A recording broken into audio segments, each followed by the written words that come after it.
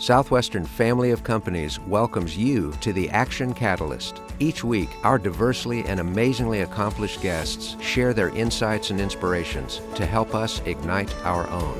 So let's invest attention together to breathe, to reflect and refocus, and decisively defeat that voice we call Mr. Mediocrity. Then let's enjoy moving forward to make a positive difference in our world. Privileged to be your host, this is Dan Moore. Hello, welcome to the Action Catalyst podcast. This is Dustin Hillis, and today we have Ryan Groom. Ryan is a regional director with Southwestern Advantage, and we are so excited to have Ryan on the show today.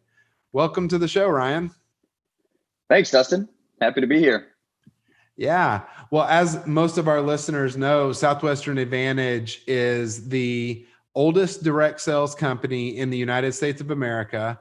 It is also the center of the Southwestern Family of Companies universe and the most important company that we have. And you are one of the leaders that are paving the path and forging the way and innovating and leading us into the future. And we're so thankful to have you leading the way for us and excited to have you on the show.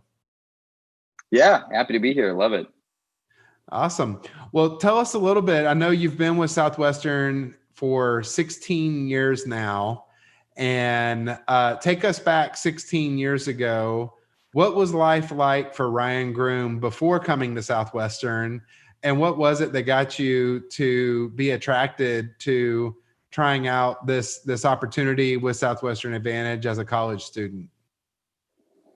So my first summer doing Southwestern was in 2006, and I was a sophomore in college. I joke with people about how I was really a college lacrosse player with a college hobby, more than a college student with a lacrosse hobby. But I fell into the same category as a lot of college students with the what do you want to do with your life kind of.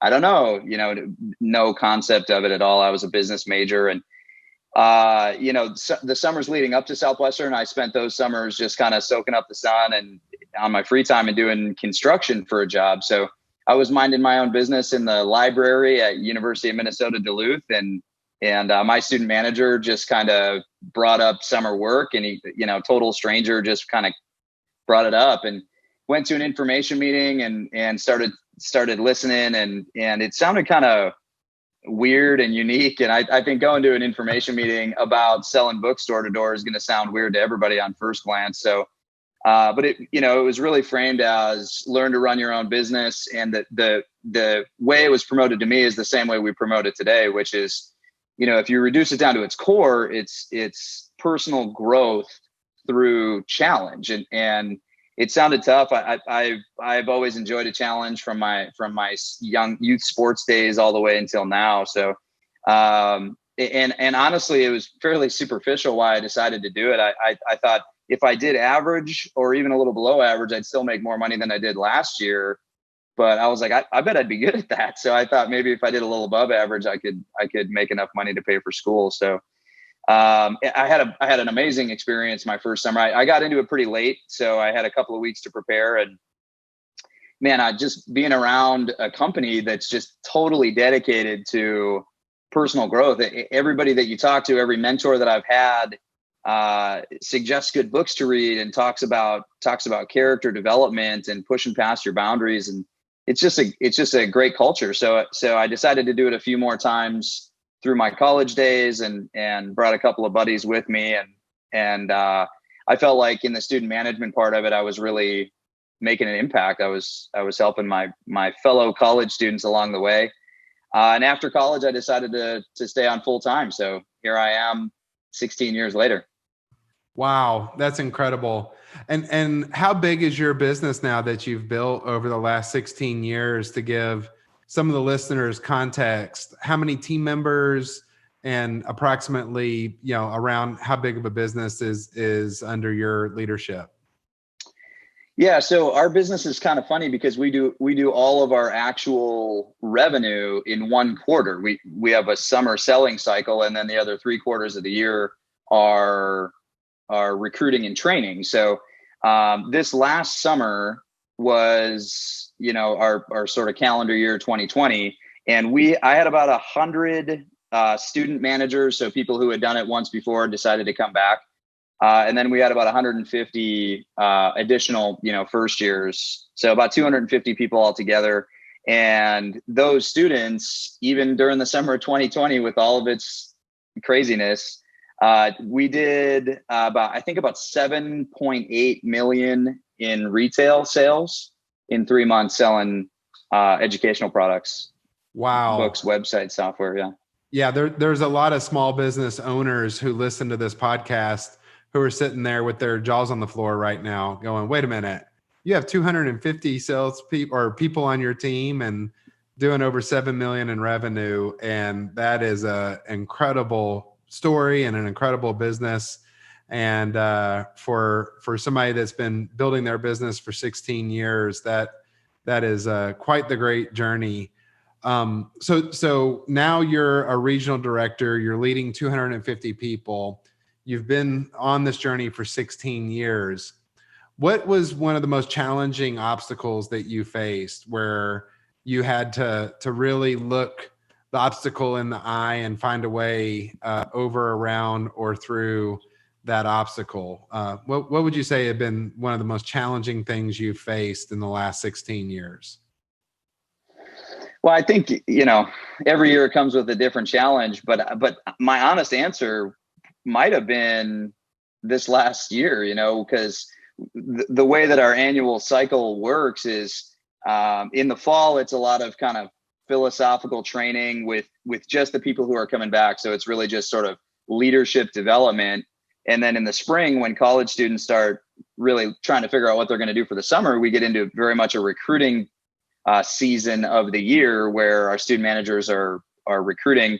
And then obviously the selling season is the selling season. So, and that's when we do all of our business for the year. So naturally you have this 6 or 7 month buildup to March last year, and then COVID, and it was like COVID shut down college campuses all across the country. So obviously the college students that we work with were nervous, to say the least. There was a lot of questions, a lot of fear, a lot of doubt coming from everybody in March. And then, we had about April to figure it out because the selling season starts in May. So that kind of March through into June was maybe one of my bigger challenges in my whole career, I'd say.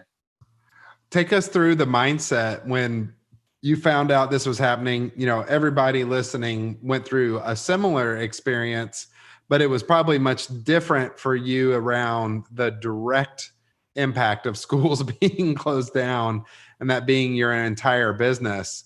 Walk us through a few of the things that you processed as a leader to navigate your team to even having a summer. Walk us through a few of those steps, because I know there were some heroic measures that were done by you and your team. Yeah, well, so I guess to kind of the dry version of sort of technically what we did to react, and then I'm happy to talk about mindset too, but basically, that it happened right before one of the biggest meetings of the whole year was supposed to take place in New Orleans. And within like 3 days, we had to cancel that meeting and figure out how to do our first ever webinar involving over 1,000 people.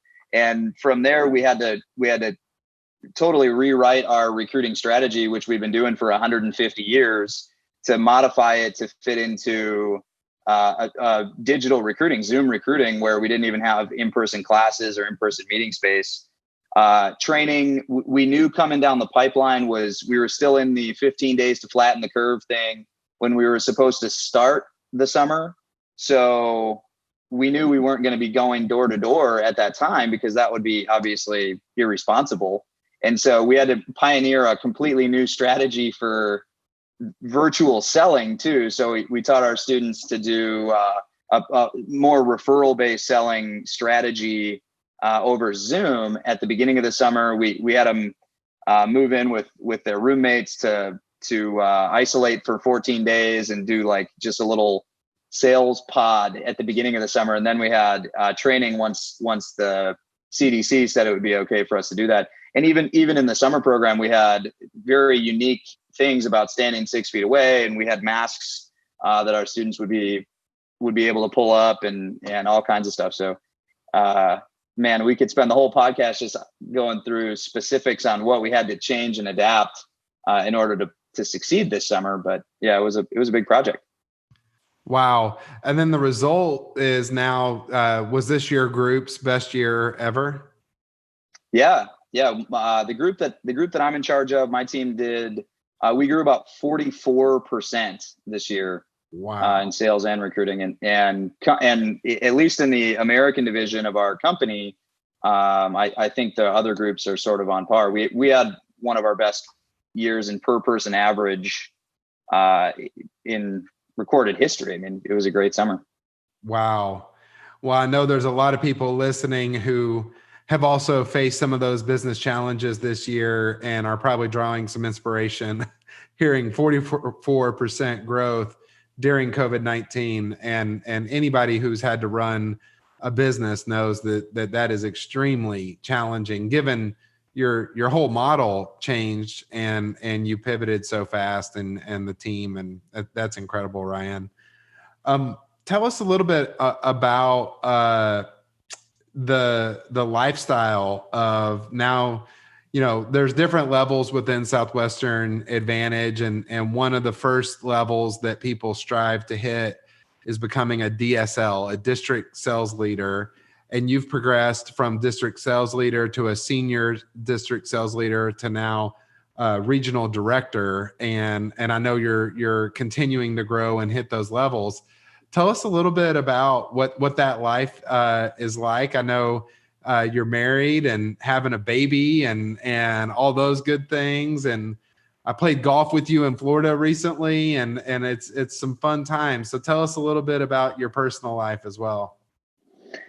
Yeah, it's one of the cool parts about the hierarchy of our company is that everybody who you learn from, or who mentors you, has walked in your shoes, has done the summer program, all the way from the CEO down to the president of Southwestern Advantage, to all of my mentors, even our sales support, our secretary. What she did this summer program. I mean, it's crazy how, as a college student coming in, the only people you're taking advice from are people who have done it in the past. And so kind of scrapping my way through every layer of the business, from the most basics all the way up to some kind of high level leadership concepts, has been rewarding. And I think you have to do all the challenging steps to get to being where I'm at. So my current sort of day to day is, again, in the fall, it's a lot of individual conversations. It's a lot of mentoring, 20, 22, 23, 24-year-old kind of senior officers. Over the holidays, I have a lot of availability because my schedule still kind of lines up with the college students, even though I haven't been in college since 2009, but Christmas break is Christmas break still. So that's a pretty sweet schedule. Yeah. Yeah. And then spring is go time. That's for me, where we put our head down and do a lot of, 70, 80 hour weeks work. We kick off with a training program called Sales School in May. And then after May, summers, there's a few hours of kind of developmental, working with my key leaders before or after their workday starts or finishes. And it's a lot of personal time, a lot of free time. So my wife, who I actually met through Southwestern, is expecting, we're due any day. I mean, our son is full term and he's not projected to be due for 2 more weeks, but we're in the red zone. So life is good. It's a lot of fun, a lot of free time, and a lot of my favorite parts of my job are, investing in other people and trying to add value to other people's lives. So that's what I do most now that I'm in the current position that I'm in. Well, that is so awesome. And congratulations to you and Amy. And you guys are going to be amazing parents, and excited to see little baby Groom running around the Southwestern meetings. And that's so exciting. Yeah. I'm excited to meet him myself. It's been a lot of suspense. We're fired up, man. It's going to be cool. That's awesome. That's awesome. So tell us a little bit about the group of people. You have a unique perspective where you're like myself on the generation Xennial, where you bridge the gap of Generation X and Millennial, which I think it's somewhere around, if you were born in 1978 through 1988. It's something around there, give or take, whatever article you're reading. But then there's the generation millennial that a lot of people have written books about, and there's lots of podcasts about people working with the millennial generation. But now there's Generation Z. So you have a unique perspective where you work with hundreds of Generation Z right now. You also have spent a decade working with the generation millennial, and you also have experience working in the family of companies with a lot of Generation Z. So tell us a little bit about what you see of the difference between the three generations. And then the second question is hone in specifically on Generation Z, because I think that's what a lot of the people listening would really be interested in, is like, yeah, what is it like? How do you effectively lead them and motivate them to do what you do? So that would be great. Yeah, well, man. You know, it's funny, Dustin, is I've talked about the transition between Gen X and millennials, and I have my own criteria for what qualifies somebody to be a millennial. And if you were 16 years old and you first started driving, if at that time you had a device in your car that would direct where you were going, then you're a millennial. And if you predate that, your phone was like a flip phone or something where you still had to write down directions to get to where you were going when you were 16, then you pre-exist millennial. So that's my personal line for what qualifies as a millennial. That's a good personal qualifier there. Yeah. So, but man, it's been interesting because, you know, for example, if you look at something like income, if anything, the students that are working in Southwestern now, their averages are higher at how much they earn. Their earning potential is higher. We've built this residual machine where there's now a monthly website-based subscription thing where students can generate residual income. Some of our students make hundreds, some of them into the thousands per month during the school year from the work they did last summer. And it's interesting how when I was first presented to Southwestern, the guy who ran my information meeting was squarely in the Gen X category. And that's a lot of what they promoted was earning potential. And even though I think as we move through millennial into Gen Z, I think our earning potential has only gone up, but it seems to be less and less of a priority. We put less and less emphasis on it every year because, you know, working through the millennial group and specifically into now a lot of Gen Z students, it's just not a huge priority. In fact, if you over promote that, it's almost like you're a villain. You know, you're too money. Your priorities are off, which in the end I think is a mature perspective that Gen Z has taken on the whole thing. But it's been cool, you know, because the essence of our company has always been, you know, personal growth through challenge. Like I said, it's be the best company in the world at helping young people develop the skills and character they need to achieve their goals in life. So it's been fun to kind of align with the people that we're recruiting now. And as far as Gen Z goes, I think Gen Z is a really unique group. I mean, it's been a blast. They're some of my favorite students I've ever worked with. And I would say things that they're good at, it's one of the most creative groups of people I've ever seen. If an old Southwestern leadership pillar is be firm on principle, but flexible on style. And it's amazing how if you can, as a leader, if you can hold firm, you know, kind of stand tall against the rain on very, very important core principles, core values, things like integrity, discipline, positive mental attitude, service, impact, and we can really keep our crosshairs set on those things, then you can let the stylistic stuff go. And a lot of people, I think, who came before me were very rigid. They were very like, this is how it's done. This, standard operating procedures, manuals, and like, you do it this way because it works this way. And Gen Z doesn't respond as well to that. They prefer the creative, unstructured free space. As long as we can keep the crosshairs centered on the core principles, they're creative, they're innovative, and they're motivated by autonomy.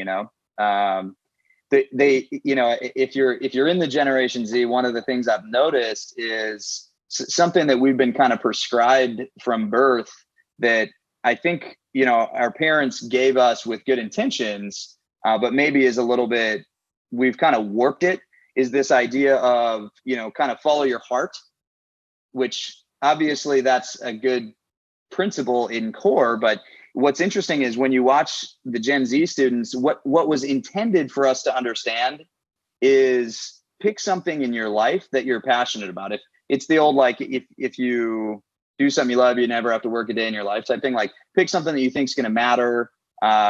Gen Z people are all about making an impact, about global impact, about changing the world. So yes, that's important. Follow that as a career trajectory. However, what we've done wrong as Gen Zers, or what the Gen Zers are kind of prone to, is they take out their follow your heart meter and they evaluate, like, minute by minute every single day, what is their heart feeling right now?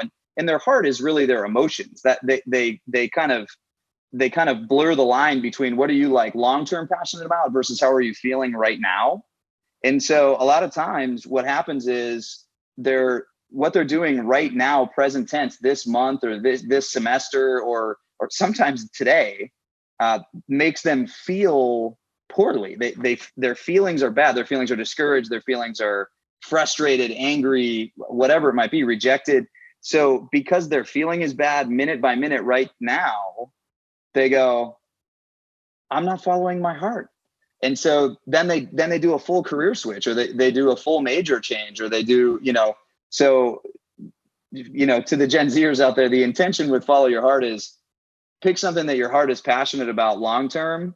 And the road to getting there might be 80% not so good feelings in your heart, but that's the point, right? So it's been cool to kind of get to know these students and kind of where their hearts lie and where their passions are. So that is awesome.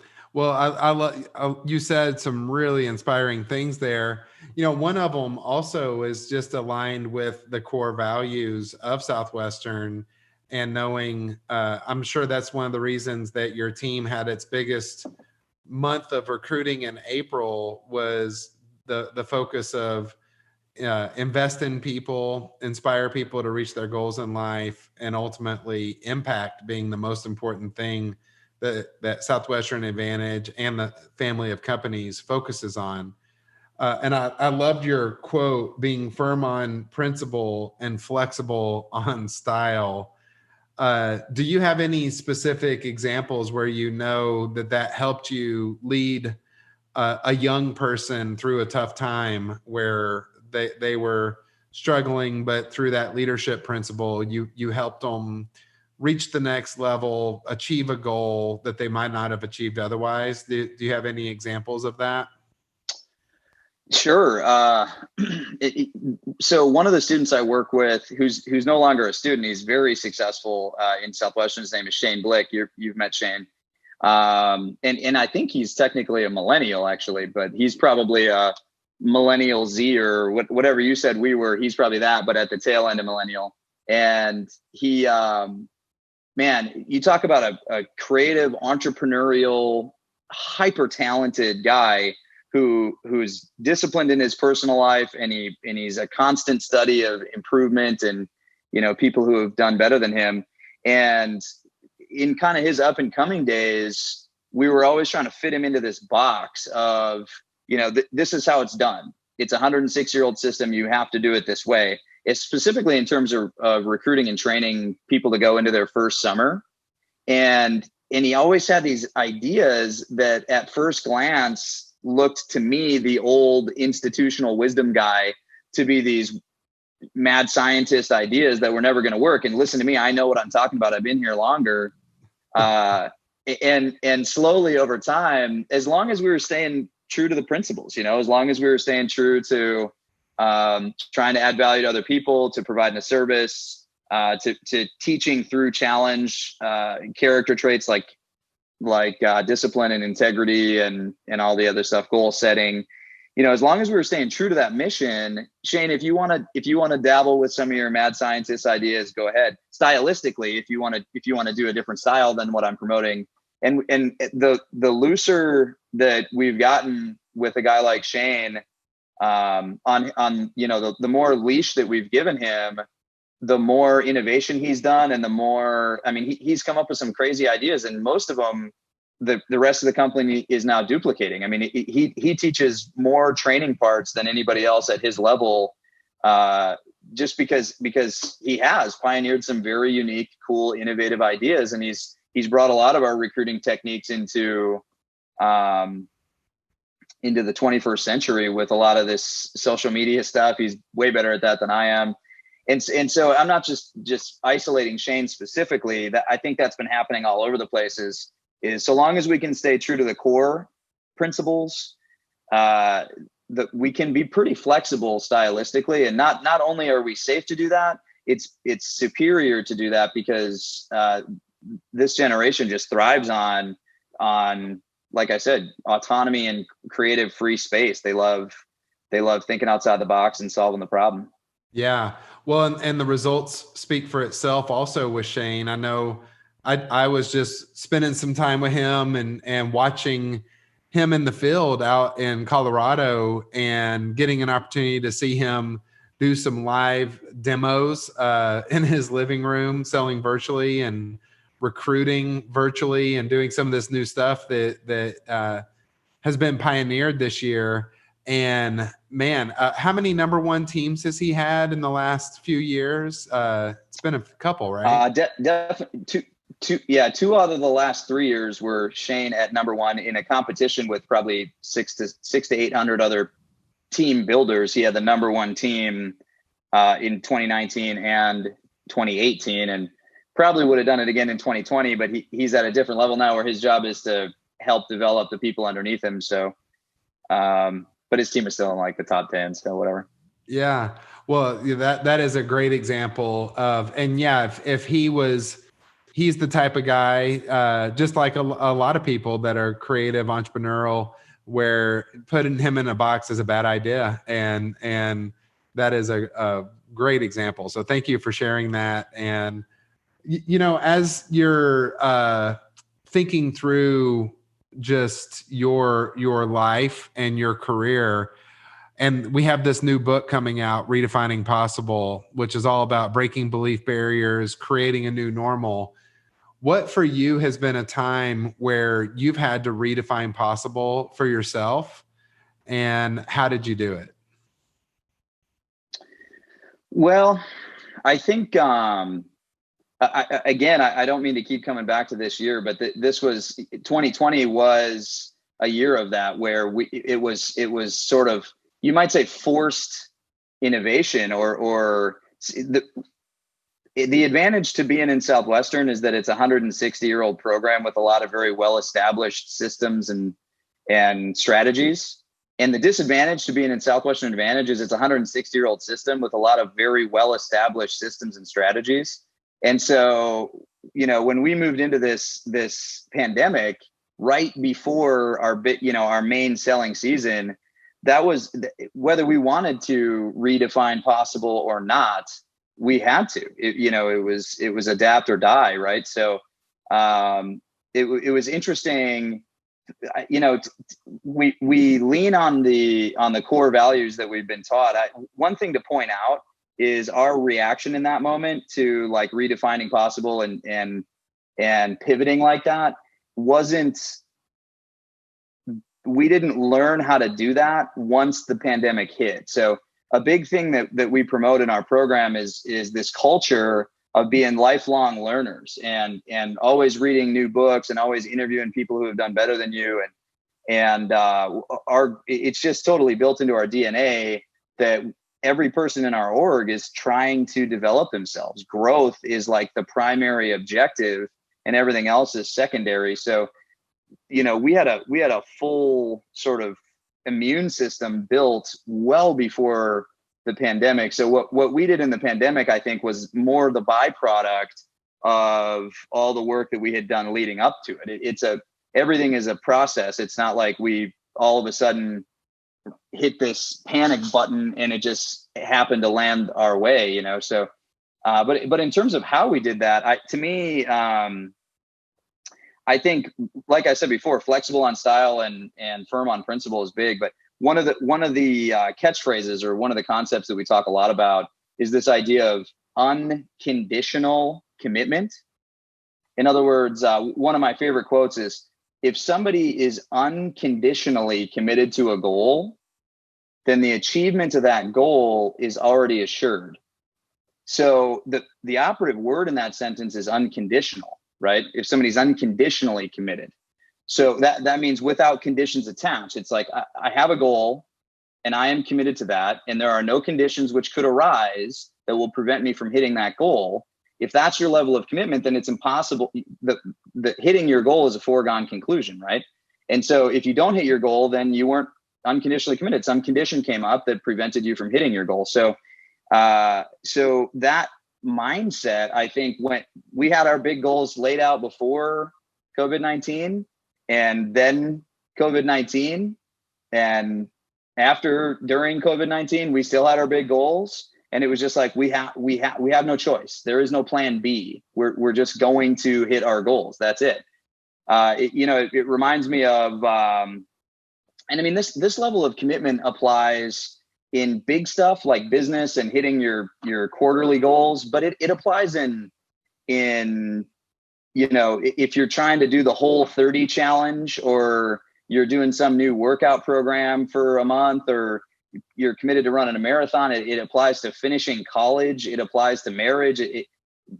It's just, if you have a goal and you're committed to it and there are no conditions attached to your commitment, then you will succeed at that goal.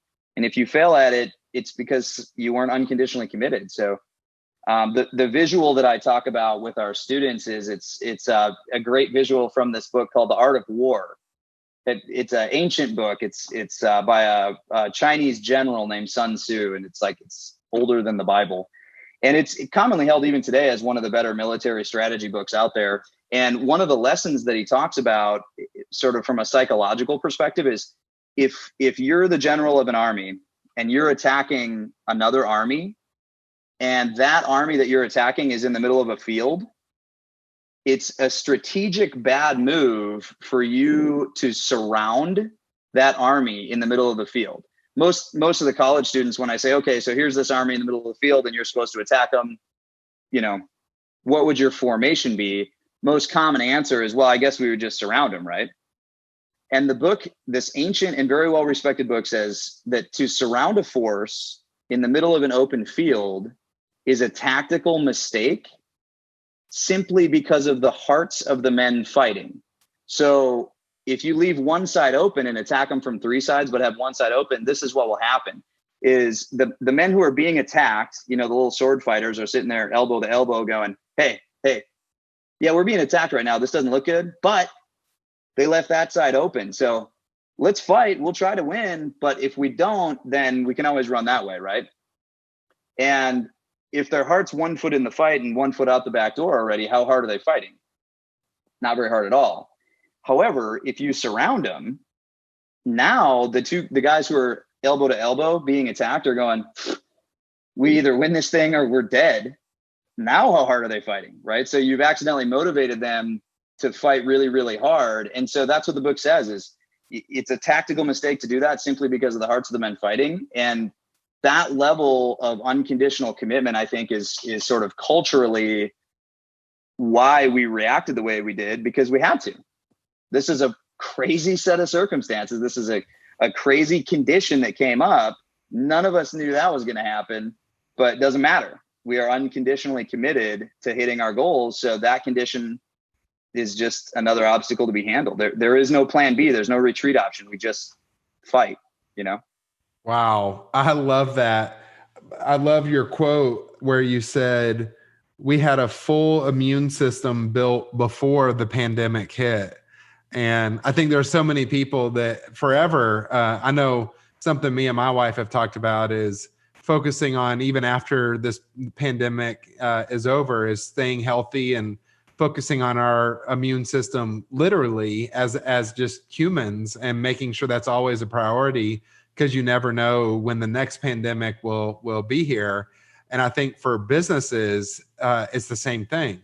It's like you can actually build a business immune system for the next emergency that happens. And that is so well said, that the reason that you and the team grew 44% this year was not from some drastic change that you made this year, but it was from all the foundational groundwork that you had built, all the muscles you had built, and the immune system that you built coming into this year that made all the difference. And that is inspiring and very, very cool. And yeah, man. Well, Ryan, this has been so much fun talking through your journey and how you did what you did this year and what you've done over the last 16 years.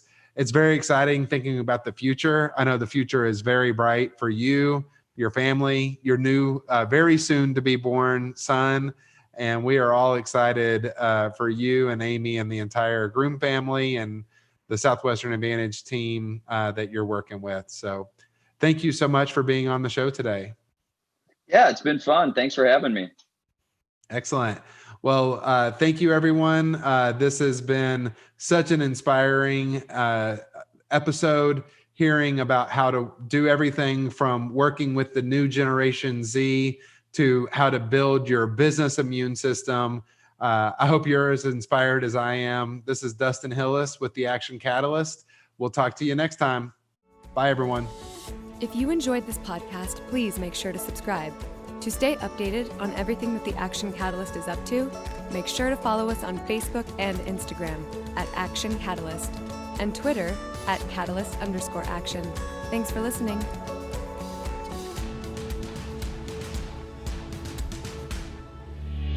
This episode is sponsored by Southwestern Coaching. Southwestern Coaching has helped over 12,000 people increase their incomes by over 25% on average. As a successful salesperson, you know the importance of increasing your sales, but sometimes you might just need a little extra push and accountability to meet your goals and grow your business. Southwestern Coaching will help you increase your income through one-on-one sales and leadership coaching tailored specifically to your needs. Together, we will elevate sales. To schedule your free one-on-one business action planning session with a Southwestern coach, go to www.southwesternconsulting.com/action catalyst.